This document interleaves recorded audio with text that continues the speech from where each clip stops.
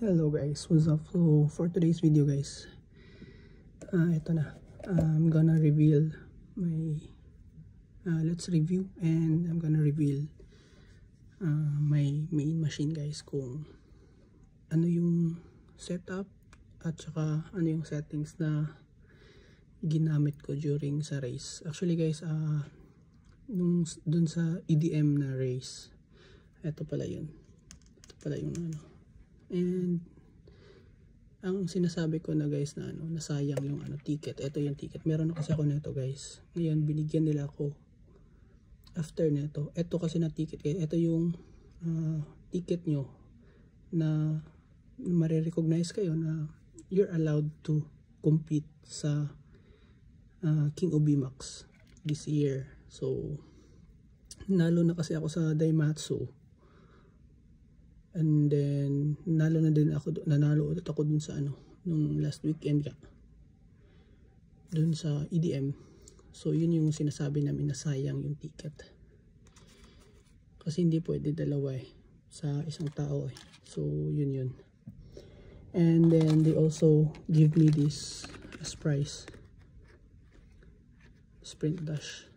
So yeah, so yun yung And so ito guys, ito yung build. Pakita ko na lang sa inyo guys yung build na auto ko.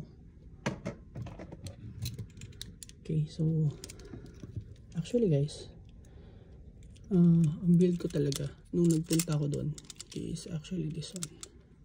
It's like this. So nakaganyan siya.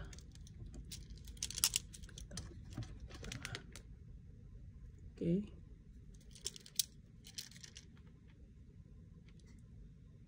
Okay.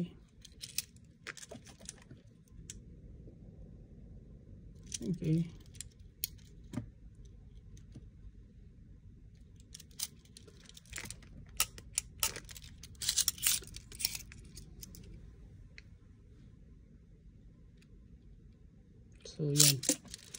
And for pakita ko na lang guys.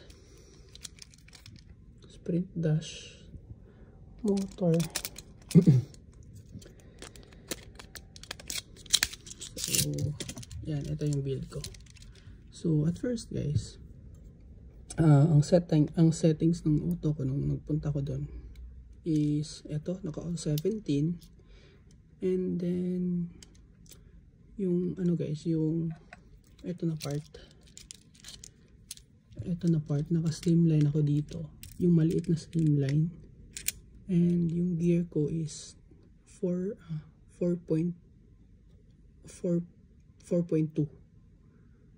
Oh tama, 4.2 gear ako.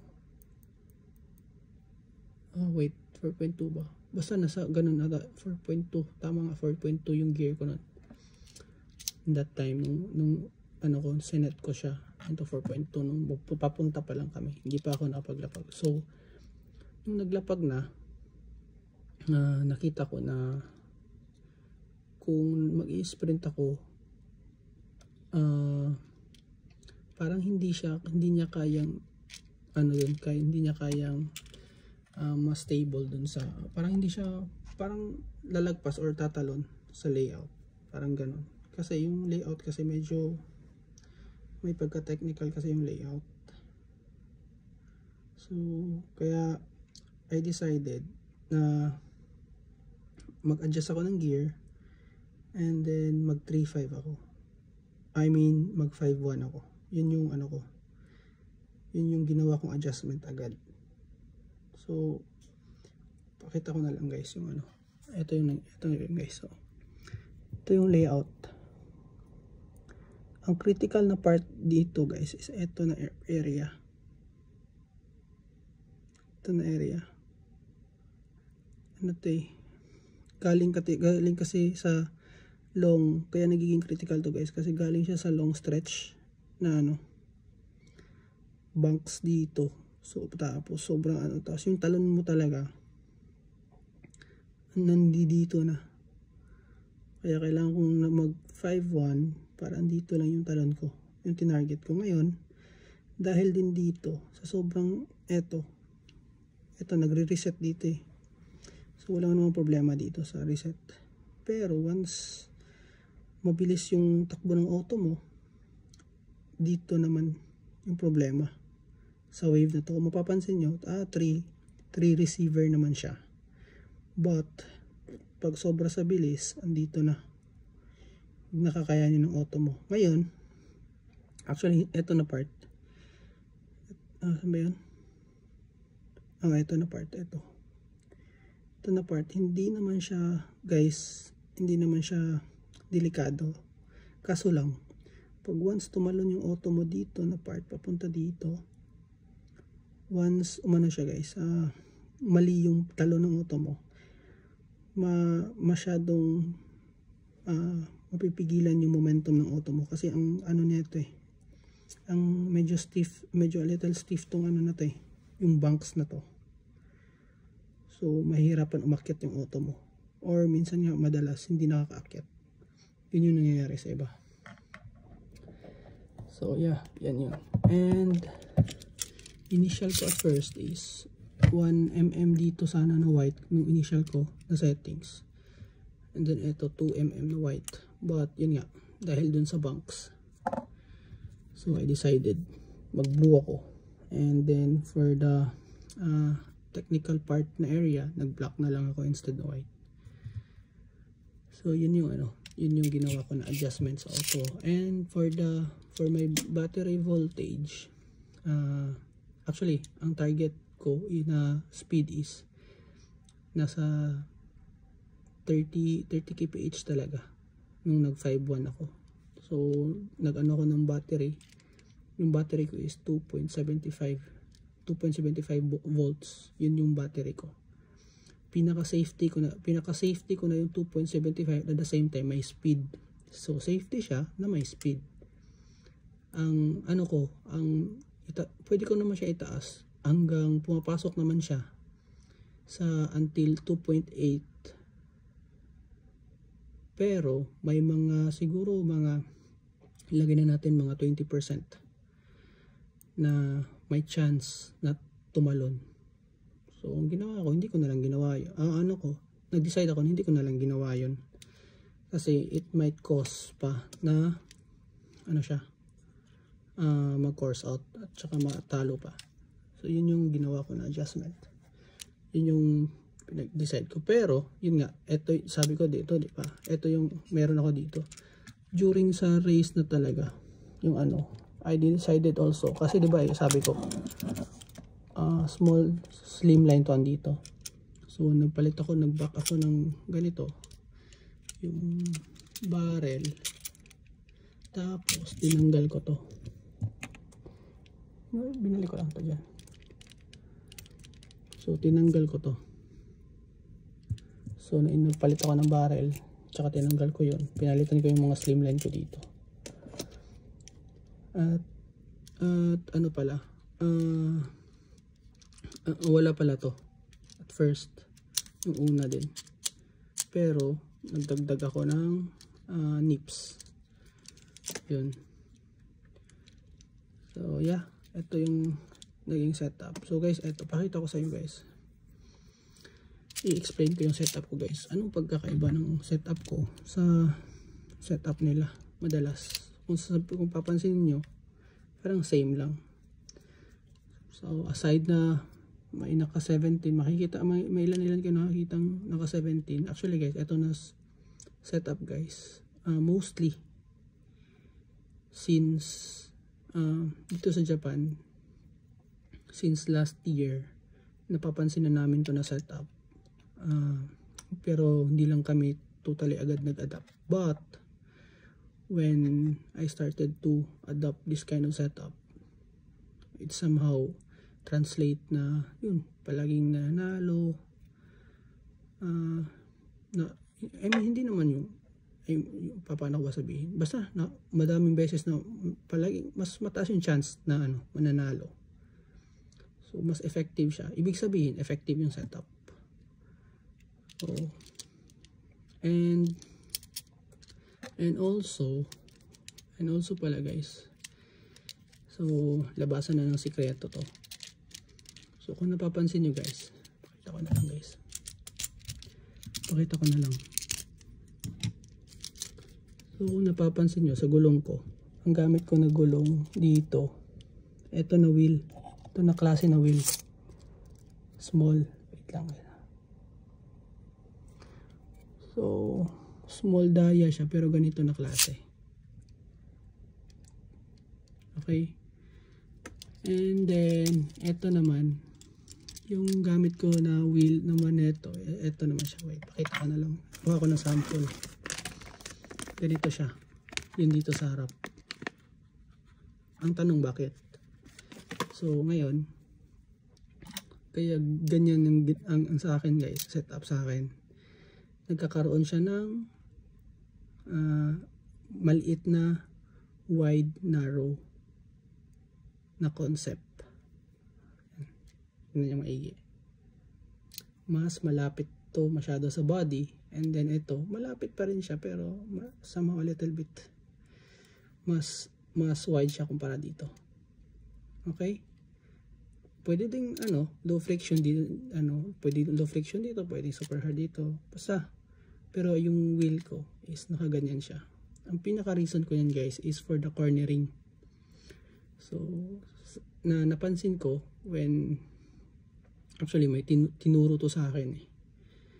And when I apply and inobserbahan ko ng husto, every time dumaan yung auto ko sa corners, humahabol talaga siya. If in case nahuli, humahabol siya, or kahit sumasabay pa, yun yung nagiging advantage ng setup na to, ng ganitong type. So yan yung isang sekreto ko sa build ng auto ko. So, yeah, yun na yun. So, and for my brakes guys, ganito siya palagi sa front, or di kaya kita ko guys, wait lang guys ha, hanapin ko yung isang ko,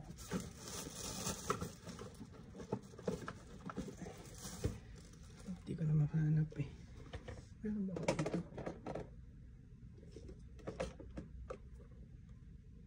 Ito lang mas malito guys ha.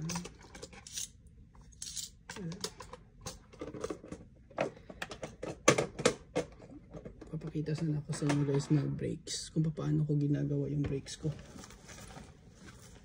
para at least naintindihan nyo kung paano ko nilalaro yun.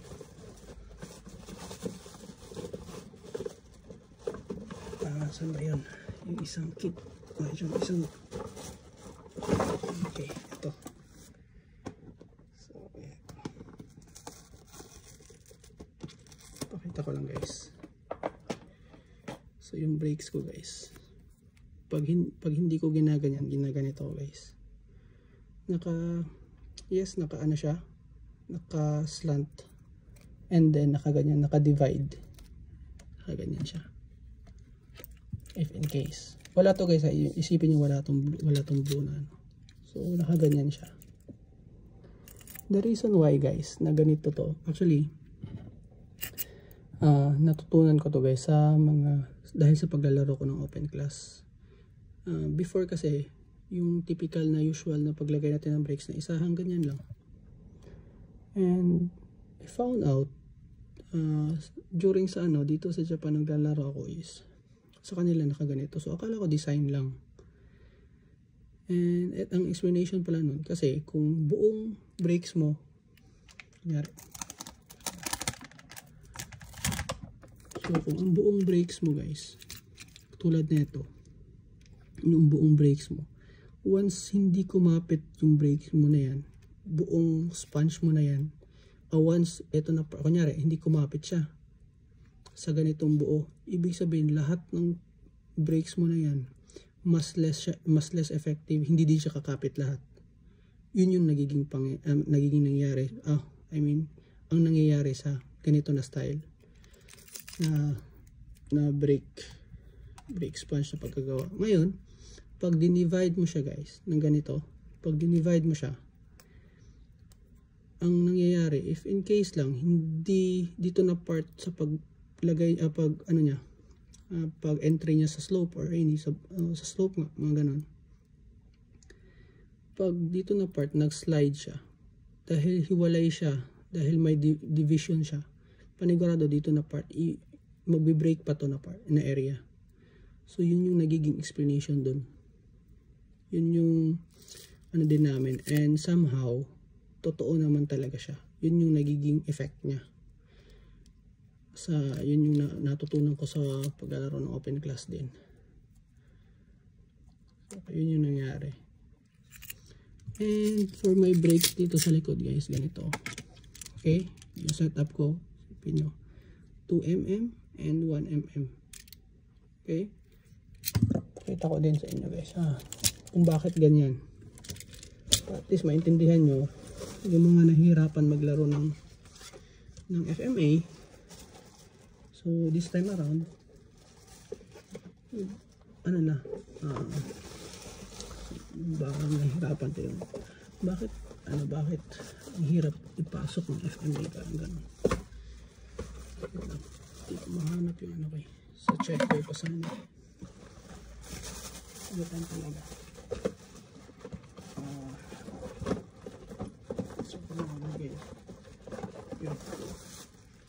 Okay, pakita ko sa inyo guys.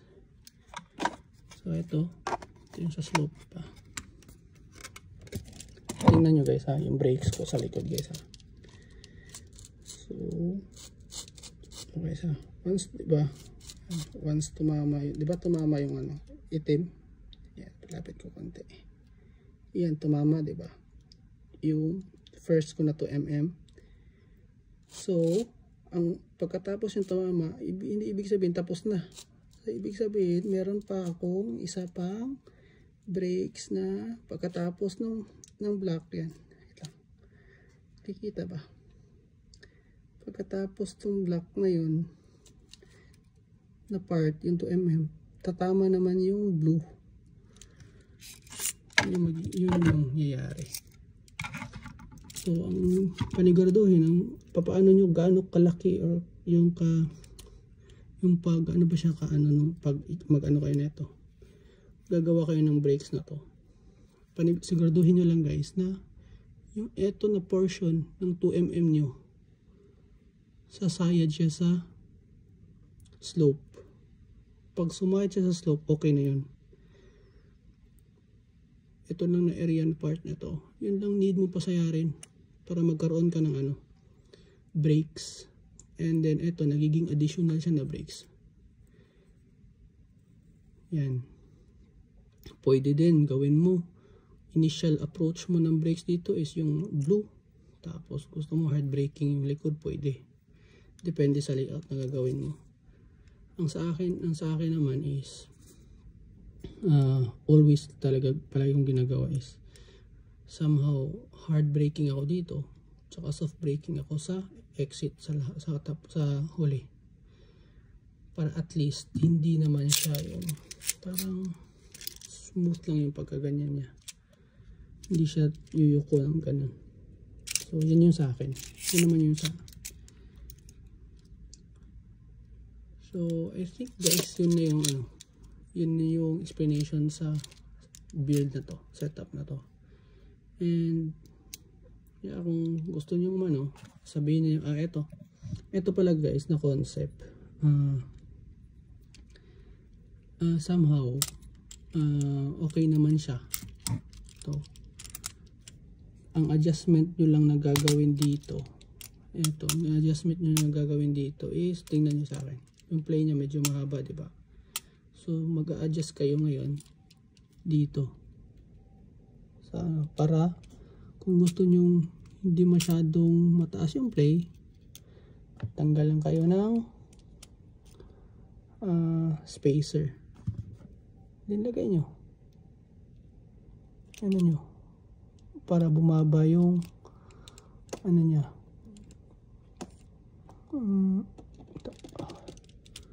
yung movement niya dito, bababa ito ng ano, or pwede nyo i-cut, depende sa inyo. So pwede sa inyo, pwede nyo i-cut. So ano ba na itutulong nito? So kunyari guys, meron kayong slope na gusto nyo medyo yung talon nyo medyo dun pa talaga sa unahan, kaya babagsak. Nakakatulong siya kasi tataas siya, itutulak yung auto nyo pa punta dun. Yeah, somehow ganun yung palagi yung ano. At the same time, pag talon niya guys, kunyari kung tama to sa movement to, ang nangyayari pag kunyari talon ng auto mo, binababa din yung auto mo, mabilis yung recovery ng baba niya galing sa talon. So yun yung mga functions na nangyayari sa auto. So I think yun lang. So yeah, that's it guys. Ito yung once again, ito yung build, ito yung set so yan na yung ko. So ito yung main na auto. If you'd like to copy sa setup, okay lang, walang problema. And sa nagtatanong guys, gaano kabigat yung auto ko, itong build ko, I always guys, meron akong parameter guys sa bigat ng auto ko is sa around 140 grams up to 140 grams up to 160 grams. Andun lang ako na bracket. Pag masyadong mababa ako sa 140 grams, hindi ko na gusto yun kasi masyadong magaan, may chance mataas yung chance na matalbog. Pag mabigat naman same din, malakas yung chance na may bounce din siya. So yun yung pag magaan, madalas gaganon tatalon, either gaganan or gaganan malakas yung ganon. So yun yung yun yung nagiging epekto niya. So yeah, that's it guys. Ito na yung build. Thank you for watching and see you again for the next video. Yeah, dyan